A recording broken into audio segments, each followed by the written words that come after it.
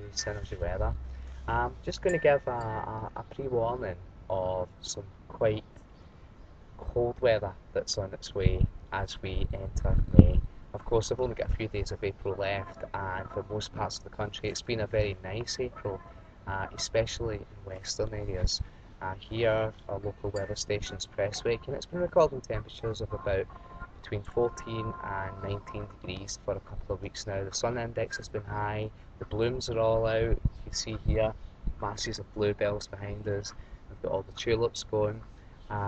Much more prematurely than we would expect them to be. The shock to the system is that by the end of the week we're going to incur quite a cold snap, quite a significant cold snap, especially for early May. Very unusual. Um, the scenario is that if you can imagine Scandinavia and you can imagine Central Europe, we've got a large area of low pressure developing there, and with a low pressure area the winds circulate in an anti-clockwise direction. And because of the depth of that low pressure, the winds circulating in that anti-clockwise direction, they're going to really be dragging, really pulling down some polar air, especially to the North Sea. And then we've got a ridge of high pressure building in from the west, and winds with high pressure circulate in a clockwise direction. So again, they're coming round the way and meeting and colliding with the low pressure. So it's really going to bring an artic plunge of cold air, not only to the UK, but to France, to Germany, and to many parts of Europe. And it's going to be fairly significant. There'll be a lot of snow in the Alps, there will be snow in the Scottish mountains, there will be snow even to low-lying areas of the northeast of Scotland, perhaps as well the northeast of England. The temperatures at the beginning of the week are starting off about 15, 16, 17, maybe even 18 degrees. Yesterday it was 18 degrees here.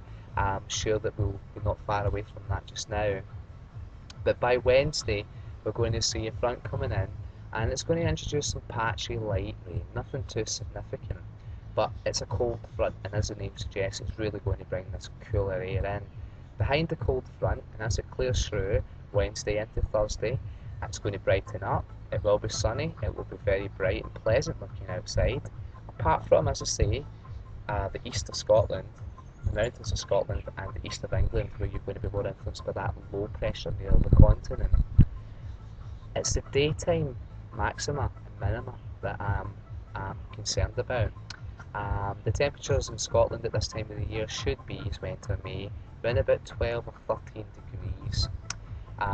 The maxima for England and Wales would generally be between 14 and perhaps 16 degrees.